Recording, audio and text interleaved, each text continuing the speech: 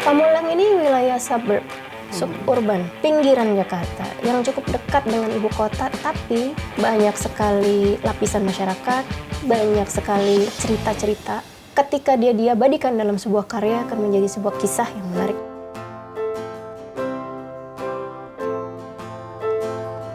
Terdiam sejenak dan memikirkan hal yang terjadi. Bebaskan pikiran membentuk nada. Gitar dan pena. Di sini tuh apa aja ada menurut gua. Ya kayak berapa tahun terakhir kan banyak istilahnya senja lah ya. Kayak Jason Ranti, kayak Enda Endresa. Ya. Sampai yang metal kayak gimana, sampai street punk, semua ada di sini kayaknya. Ku suka menggali. Pamulang, sebuah tempat yang berada di tepian selatan. Tempat ini membawa seluruh euforia masa lalu gue kembali ke permukaan. Kalau dulu kayak sesuatu yang mewah gitu, gue nggak perlu keluar daerah gue bisa nonton film yang update, jalan kaki atau naik motor, gue bisa nonton bioskop. Danau tenang, rindang pepohonan, ikatan kuat persahabatan. Menginjakan kaki di Pamulang membuat langkah-langkah gue ringan. Ya buat aku mencintai Pamulang ya, mencintai proses kehidupannya juga. Selayaknya tempat pulang,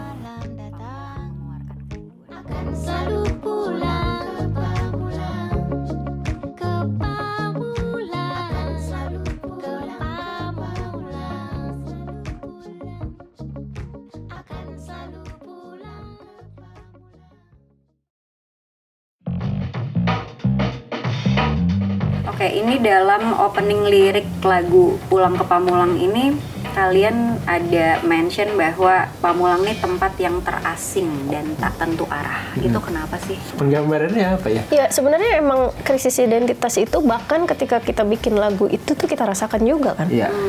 Krisis identitas. Iya, jadi memang merasa kayak wah itu tempat jin buang anak itu kan selalu ada gitu di orang. Kalau misalnya Pamulang di mana sih? Oh, jauh ah.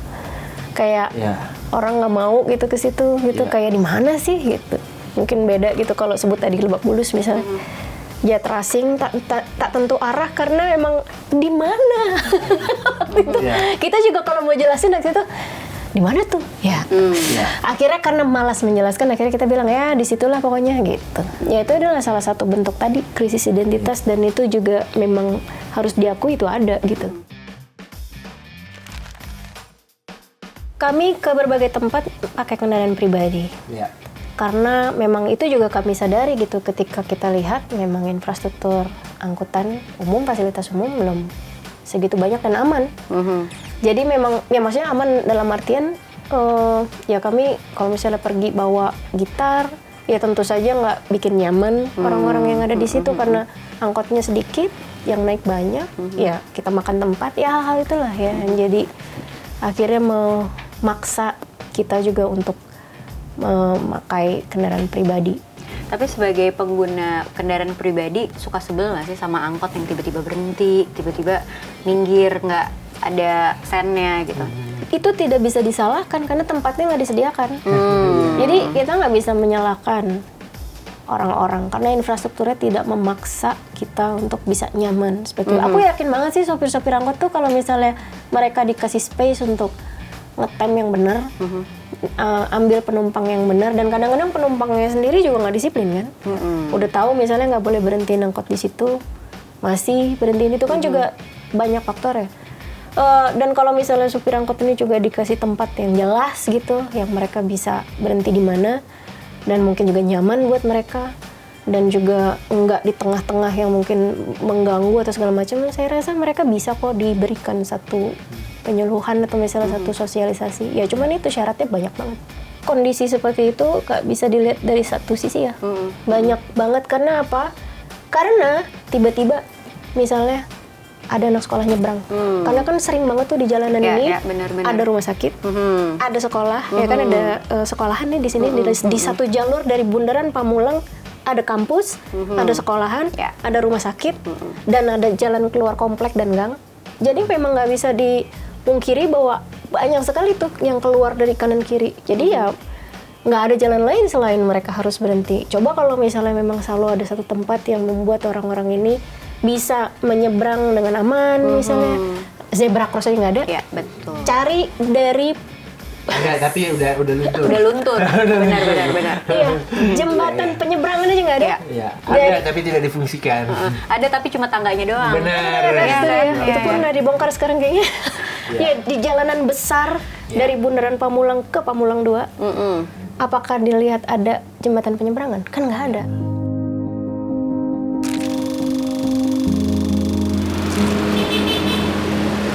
Lalu lintas di Pamulang mendadak jadi sorotan. Kondisi yang macet setiap hari memicu rasa kesal bahkan frustrasi. Kondisi ini sebelumnya tidak pernah terbayangkan bagi orang-orang di Pamulang.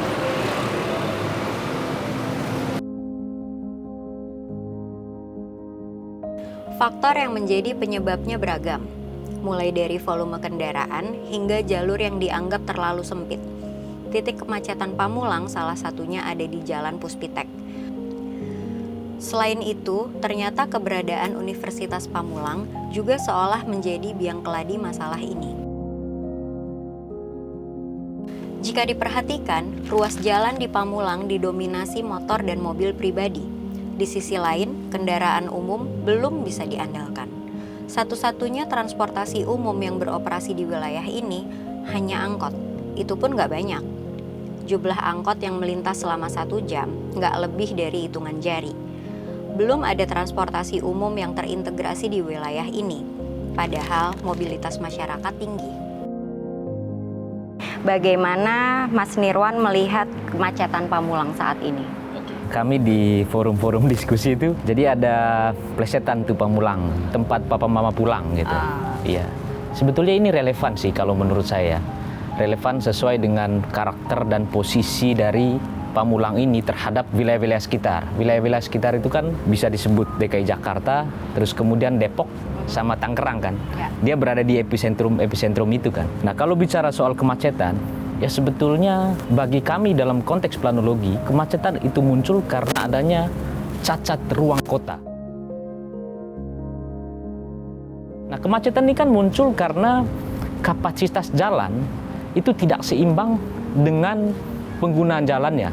Artinya volume kendaraan yang begitu banyak, pengguna-pengguna jalan yang begitu banyak pada saat atau jam yang sama menimbulkan kemacetan. Oke, jadi bisa dibilang faktor utama kemacetan di Pamulang itu adalah kurang tersedianya ruangan umum yang memadai gitu, atau ada fenomena suburban yang pindahkah, atau karena banyaknya bisnis properti yang menawarkan rumah-rumah affordable di Pamulang, atau bagaimana sih Bang? Oke. Memang Pamulang ini cukup menarik kalau menurut saya.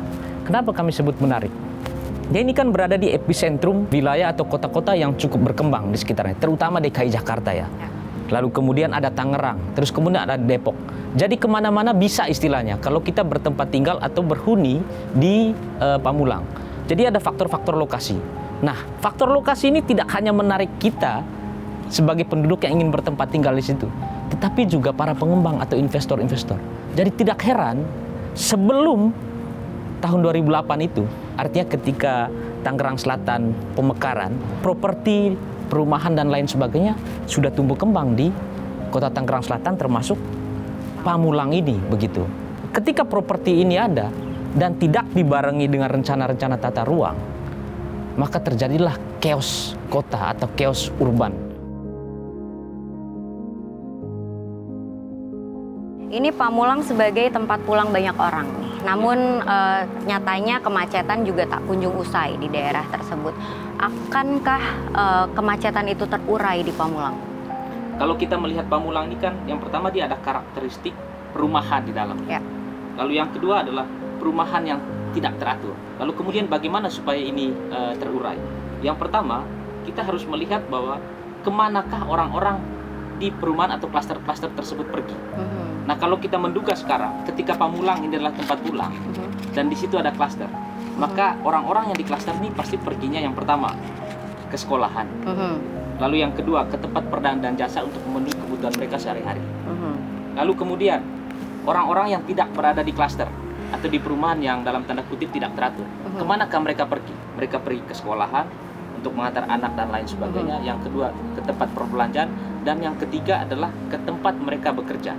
Nah, bagaimana mengelola orang yang berada di klaster? Yang pertama adalah complexity yang penting. Bagaimana mendekatkan fasilitas-fasilitas publik, sekolah, perdan, dan jasa ke daerah-daerah klaster tersebut. Sehingga meminimalisir mereka menggunakan kendaraan-kendaraan pribadi. Dekatkan fasilitas-fasilitas tersebut sehingga kebutuhan-kebutuhan mereka bisa tercapai dengan berjalan kaki. Lalu kemudian yang kedua, bagaimana mengelola orang yang keluar dari Pamulang ke daerah yang lebih jauh, ke tempat kerja misalnya.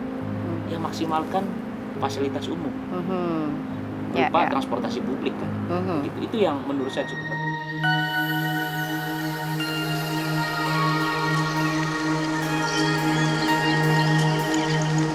Harga terjangkau yang ditawarkan oleh pihak developer menjadi magnet kuat untuk menarik calon user, sehingga jarak, fasilitas transportasi, dan fasilitas umum tidak lagi menjadi bahan pertimbangan.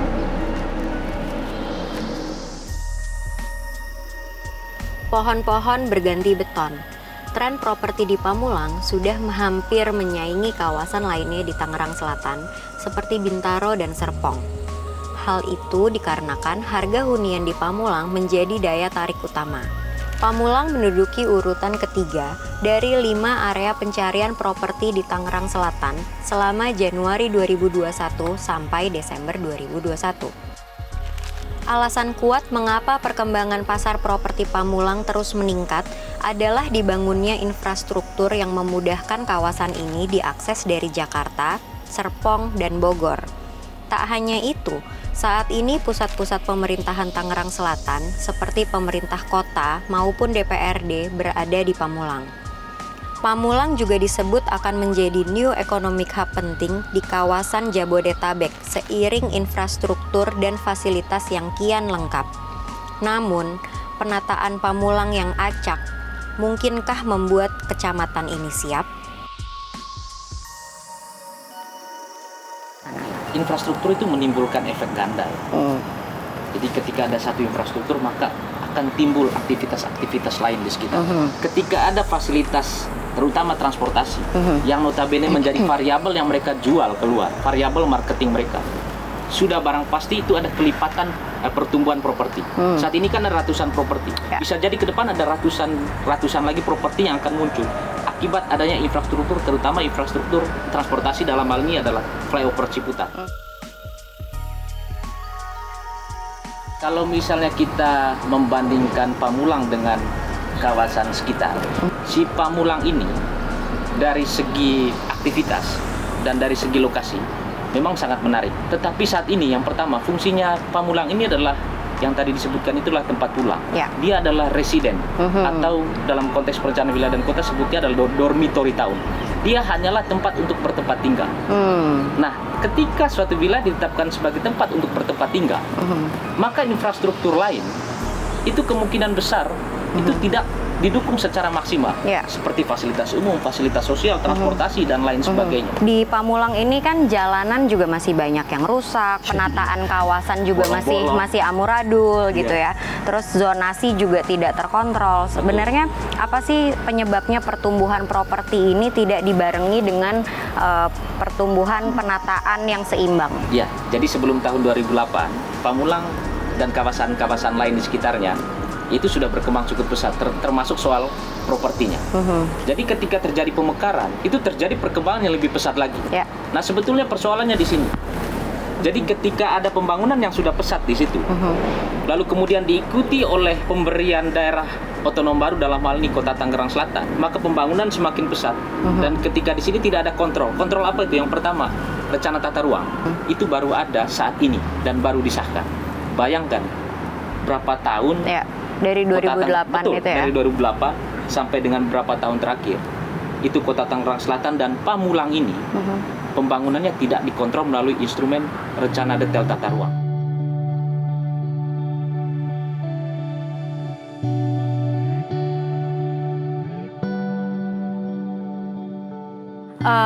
Jadi gue itu banyak banget dapet data yang lumayan simpang siur nih bro, tentang asal muasal nama Pamulang. Itu sebenarnya dari mana sih bro? Sejauh yang gua temuin dia memang asalnya dari bahasa Sunda ya.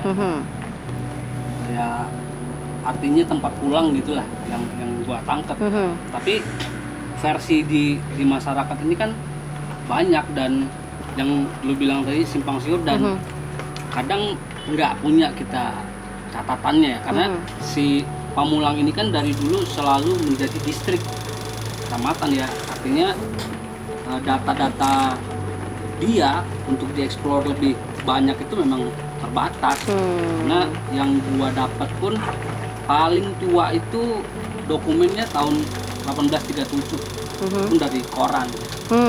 Koran Batavia Nieuwsblad. Sebenarnya daerah ini ya lumayan jadi rebutan Pamulang ini, karena dia tempatnya strategis kan, antara penguasa di Bietenzorg itu Bogor ya sekarang, sama Batavia ini ngerebutin Pamulang ini lumayan lama nih. Akhir 1926 dia masih daerah Bietenzorg Bogor, di bawah Parung dulu ini. Terus setelah dia pemerintah Kota Praja ganti lagi Batavia, akhirnya dia diambil si Pamulang ini jadi bagian dari Batavia. Bahkan dia baru bubar jadi Tangsel tuh baru-baru ini.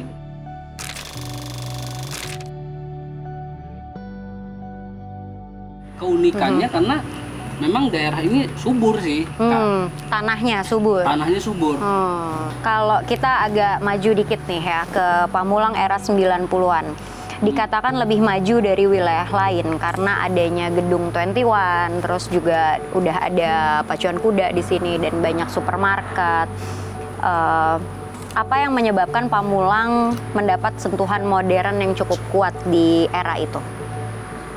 Karena memang Pamulang ini dari dulu memang tempat orang elit, gimana ya, orang terlanjur kaya gitu loh. Oh gitu. Ya maksudnya tuan-tuan kan banyak tuh uangnya ya. Jadi mereka memang orang-orang kaya zaman dulu tuh pindahnya ke daerah-daerah sini, terus jadi kan mau nggak mau tersentralisasi kan.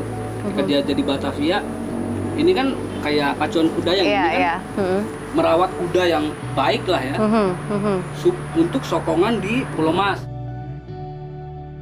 Ini kan tapi bertahap sih. Bang Ali dulu bikin yang di Pulau Mas tahun 1970. Terus ada seorang jenderal Alex Kawilarang namanya, dia suggest ke Bang Ali, daripada lu beli-beli kuda dari luar-luar, mending lu bikin dah. Nah, dibikin lagi. Nah, ketika VOC dulu dipimpin sama William Daendels, dikatakan awal mula wilayah Pamulang mulai dikenal. Apakah konstruksi Pamulang sebagai wilayah residensi dimulai dari Belanda atau campur tangannya Daendels? Kalau campur tangan Daendels bisa dibilang salah satu faktor iya.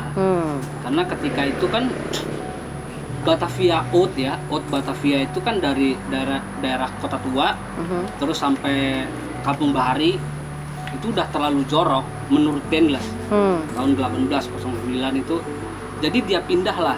Jadi pusat pemerintahan itu dari Oud Batavia pindah ke Weltevreden. Weltevreden itu sekarang yang daerah Istana Merdeka segala macam ya. Yang terpenting itu tonggak pentingnya selain dari wilayah Daendels punya itu, seperti yang gue bilang tadi dari sensusnya ya, Pamulang ini menjadi wilayah Batavia.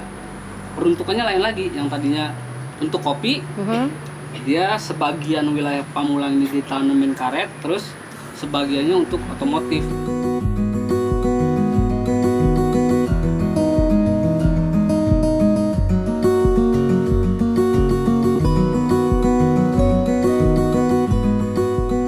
Di sini kita mau nanya, mewakili perspektifnya masyarakat asli Pamulang. Lo setuju nggak sih kalau sekarang tuh Pamulang udah semakin berantakan? Secara penglihatan gua sih setuju, karena mungkin pembangunannya nggak beda pimpinan gitu, beda pimpinan entah di pemerintahan, entah di segala stakeholdernya gitu kan, itu pasti beda kebijakan. Nah itu yang bikin kayaknya Pamulang seakan pembangunan itu nggak jelas gitu. Sebetulnya ini kayaknya efeknya adalah efek saat pemekaran Kabupaten Tangerang ke Tangsel. Ya kalau dulu kan waktu di Kabupaten Tangerang itu kan Pamulang itu pinggir ya, jadi nggak terlalu jadi concern pemerintah. Nah pas dijadiin pemekaran ke Tangsel itu ada perubahan lah. Mungkin Tangsel ini kan punya inian sendiri nanti kan, punya rencana sendiri untuk membangun itu. Dan sementara pertama kali Pemkot Tangsel itu ada di Pamulang kan dulu. Sebelum sekarang kantor Pemkot yang sekarang di Ciputat ya, Maruga itu. Kalau gue tuh penasaran, KNPI itu apa sih sebenarnya? KNPI itu kalau dari nama kan Komite Nasional Pemuda Indonesia. Komite ya, tempat wadah berhimpun. Jadi memang KNPI itu salah satu tugasnya adalah menjaga kebijakan-kebijakan pemerintah. Menjaga, kemudian ngasih saran, memberikan saran, kemudian coba kritisin juga gitu. Kalau udah dikritisin secara personal sama KNPI nggak bisa, mau nggak mau kita aksi lewat mahasiswa, lewat pemuda gitu kan. Berarti selama ini yang kalian kritisi adalah kebijakan pemerintah. Iya. Tapi pada implementasinya bagaimana? Implementasinya itu lebih kepada pemuda sih pernah kita ngadain beberapa acara gitu, beberapa semacam aksi lah. Aksi yang mungkin aksi bersih Pamulang dulu pernah.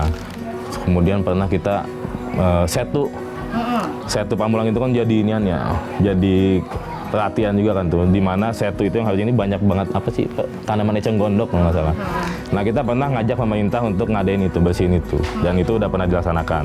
Kalau menurut Bro Hafiz nih, menurut lo permasalahan urban di Pamulang tuh apa?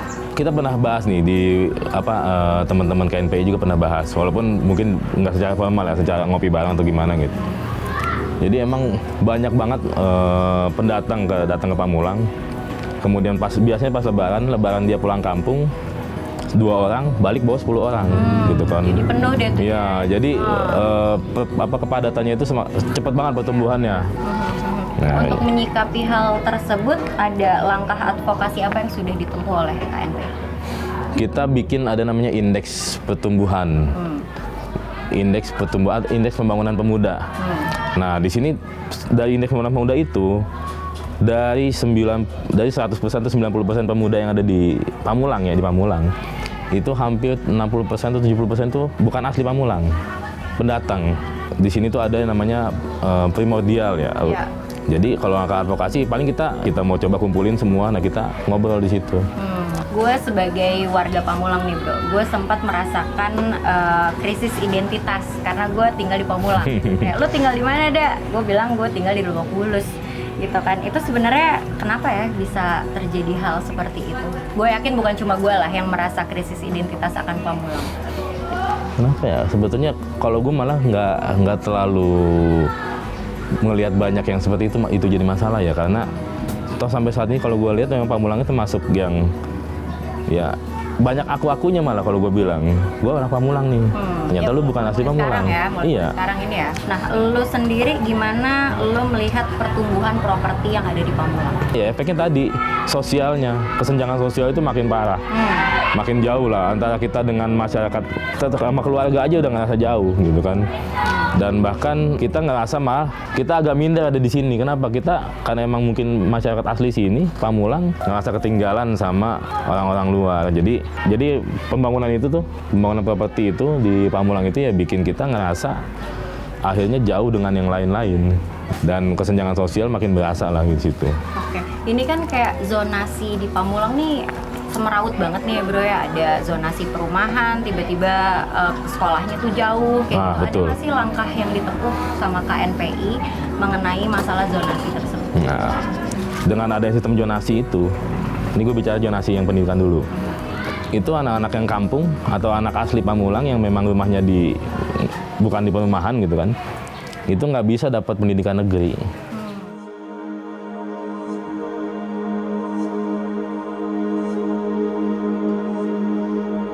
Kita lihat juga salah satu penyebab kemacetan di Pamulang itu adalah Unpam, Universitas Pamulang. Ya, bagaimana pandangannya Mas Nirwan mengenai hal tersebut? Ya, Universitas Pamulang itu ribuan mahasiswanya, dan bisa dibayangkan satu hari terutama di pagi dan sore hari berapa mahasiswa yang akan berangkat dan pulang dari situ. Nah itu kan ada jalan besar itu di depan, betul, di depan ada bundaran di depan Universitas Pamulang itu ya, begitu. Ketika mahasiswa beserta para pendidik dan lain sebagainya keluar dari Universitas Pamulang pada pagi dan sore hari, tidak menutup kemungkinan sudah terjadi kemacetan itu akan terus-terusan begitu. Nah, kenapa ini terjadi?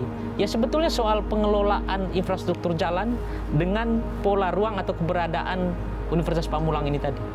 Jadi tidak ada link dan match antara penempatan Universitas Pamulang dengan fasilitas jalan yang disediakan. Maka pembangunan fasilitas jalan yang menghubungi atau melintasi Universitas Pamulang ya harus disediakan sesuai dengan kapasitasnya. Berapa sih pengguna jalannya dan fasilitas transportasi apa yang mereka gunakan. Nah, ketika ini tidak didiagnosa dengan baik, maka akan terjadi terus-terusan kemacetan yang terjadi di bundaran. Nah, kita geser dikit ke bundaran nih. Di bundaran itu kan ada Unpam nih, bro. Dibakar ya? Boleh dong, silakan. Nah, di Unpam itu menurut lu dampaknya apa sih berdirinya Unpam? Jadi salah satu ladang ekonomi buat warga sekitar. Anak Pamulang itu nggak ada yang kuliah. Paling dekat di UIN, di ITI, UMJ, itulah circle di situ. Nah, sejak ada Unpam, akhirnya apalagi dengan harga yang bukan harga, biaya yang lumayan terjangkau, akhirnya anak-anak Pamulang bisa ngerasain kuliah. Nah, itu udah lumayan juga buat pendidikan warga sekitar yang memang nggak mampu nguliahin anaknya di tempat yang mahal gitu kan. Itu yang pertama, masalah pendidikan. Yang kedua, ekonomi tadi. Ekonomi warga sekitar jadi punya kebutuhan karena udah mulai urban ya, udah mulai banyak mahasiswa dari daerah dari luar kuliah di situ kan butuh tempat kos-kosan. Akhirnya banyak warga sekitar yang memang masyarakat di Pamulang ya masih punya tanah gitu kan. Memang orang Betawi yang Pamulang itu rata-rata hartanya ya tanah gitu. Tanah itu dibangun kos-kosan, kan lumayan buat penghidupan mereka yang tadinya cuma nanam singkong. Efek pembangunan ini pertama, jadi kita nggak punya lahan hijau lagi karena semuanya udah dibangun buat kosan. Kemudian dengan banyaknya mahasiswa yang masuk ke situ tuh, yang jelas semakin padat, hanya semakin semrawut bangunannya kan karena macet juga ya. Nah, apalagi itu macet. Lo sebagai sosok pemuda Pamulang nih ya yang diabang-abangin, lo punya pesan-pesan apa terhadap generasi selanjutnya, generasi anak-anak muda Pamulang? Yang pasti buat adik-adik ya, buat adik-adik anak muda, teman-teman pemuda di Pamulang, gali potensi lu sebanyak-banyaknya, sedalam-dalamnya, dan tuangin buat Pamulang.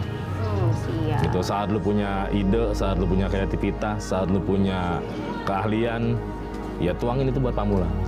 Gitu. Kalau kita Pamulang udah rapi, silakan lu kalau lu mau bantuin yang luar. Jadi selesaiin dulu masalah kita di Pamulang.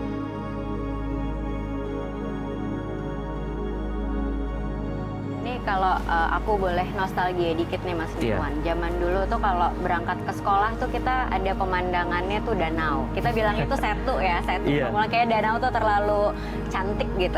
Jadi banyak sekali setu di sana dengan pohon-pohon yang banyak. Nah, lalu adanya pertumbuhan properti. Salah satunya juga Mall Pamulang Square itu. Dan itu kan ada terkena dampaknya reklamasi danau. Mungkin nggak ke depannya itu akan terjadi lagi reklamasi setu ini? Bisa dibilang pesimis ya kayak begitu. Pesimis artinya itu akan terjadi. Itu akan terjadi lagi. Nah, kembali tadi flashback soal setu itu, di sana kan itu di Tangerang Selatan kan ada Kecamatan Setu ya, begitu. Ya tentu dia punya alasan tersendiri dan salah satunya karena keberadaan berbagai macam fasilitas-fasilitas atau area resapan air termasuk setu-setu itu. Tetapi terjadi konversi lahan yang begitu besar. Kenapa terjadi konversi lahan? Potensi dan lokasi si Pamulang dengan secara khusus ya, dan kota Tangerang Selatan secara umum cukup menarik. Dan ketika tidak ada manajemen, ketika tidak ada upaya-upaya pengendalian ke depannya, ya saya yakin konversi-konversi juga termasuk upaya-upaya reklamasi yang terjadi juga akan terus berlangsung beberapa tahun ke depan. Wah, itu dampak yang akan ditimbulkan itu seperti apa tuh kalau bila terjadinya reklamasi besar-besaran di Pamulang? Keterbatasan air bersih itu pasti akan terjadi. Pasti ya. Penurunan muka air tanah itu pasti akan terjadi. Lalu kemudian kualitas hidup masyarakat itu pasti akan terjadi. Kenapa kualitas hidup masyarakat? Ya, setu atau ruang-ruang terbuka itu kan sebagai tempat kita berekspresi, sebagai tempat kita berekreasi, gitu. Ketika ruang-ruang itu tidak ada, maka yang terjadi adalah upaya-upaya sosial kemasyarakatan itu akan hilang dan kualitas hidup mereka juga akan menurun. Lalu kemudian banjir itu pasti terjadi. Jangan sampai banjir yang terjadi di DKI Jakarta akan makin parah dan terjadi lagi di Pamulang. Di tengah ancaman penurunan kualitas hidup yang ada di Pamulang, masihkah Pamulang memiliki harapan? Untuk harapan itu pasti ada, karena bagaimanapun kita harus melihat bahwa Pamulang ini adalah lokasi yang cukup strategis, lokasi yang cukup seksi, dan tentu saja tidak hanya saya dan tidak hanya teman-teman yang lain juga yang memiliki harapan yang sama bahwa Pamulang ini akan tetap eksis. Pemerintah juga sudah melakukan upaya-upaya yang sama melalui itu tadi rencana detail tata ruang, lalu kemudian rencana-rencana strategis pemerintah yang ada di sana dengan berbagai macam upaya pada berbagai sektor, transportasi, lalu kemudian lingkungan dan sektor-sektor yang lain, sehingga Pamulang ini akan tetap eksis sampai kapanpun. Mencintai Pamulang ya mencintai proses kehidupannya juga. Jadi baik buruknya aku terima, bagaimana dia berkembangnya aku terima, dan buat aku dalam satu kalimat, I'm in a love and hate relationship with Pamulang. Kalau Mas Revo? Sama lagi, ikut istri deh. Tapi ya overall ya rumah ya buat buat aku rumah means kotor, bersih, atau apa namanya, berantakan, rapi, atapnya atau apapun, itu tetap rumah gitu. Jadi kayak ya udah kayak gitu sih. Pamulang tuh apa sih buat lo? Rumah. Sesimpel rumah. Iya. Pamulang dengan segala masalahnya menciptakan keterasingan. Namun keterasingan bukan akhir dunia. Seberapapun terasing orang-orang Pamulang akan selalu memiliki perasaan mesra tentangnya. Karena keterasingan selalu bertimbal balik dengan kerinduan. Angan yang tidak pernah. Seperti kutipan sajak yang gue persembahkan untuk Pamulang. Ratusan kendaraan dan kepala mengabur dalam senja. Mengurai dan awan lembayung menyala di langit barat daya. Oh kota kekasih, tekankanlah aku pada pusat hatimu. Di tengah-tengah kesibukanmu, juga penderitaanmu. Gue Meralda, sampai jumpa di Authenticity District lainnya. Dinginnya rasa yang tak bertuan, bantu aku mencari setitik cahaya untuk tuntunku pulang.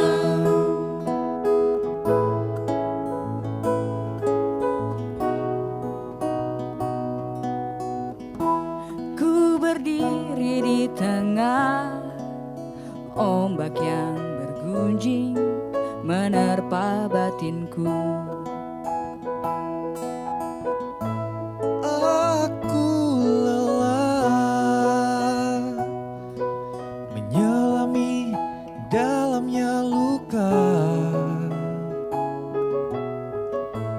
Ku berdoa, bantu aku melewati dinginnya rasa yang tak bertuan.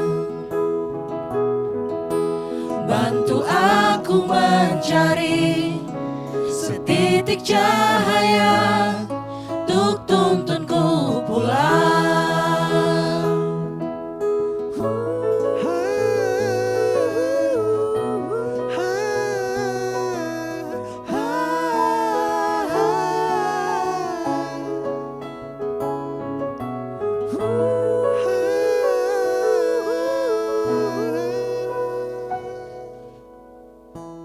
Bantu aku melewati dinginnya rasa yang tak bertuan.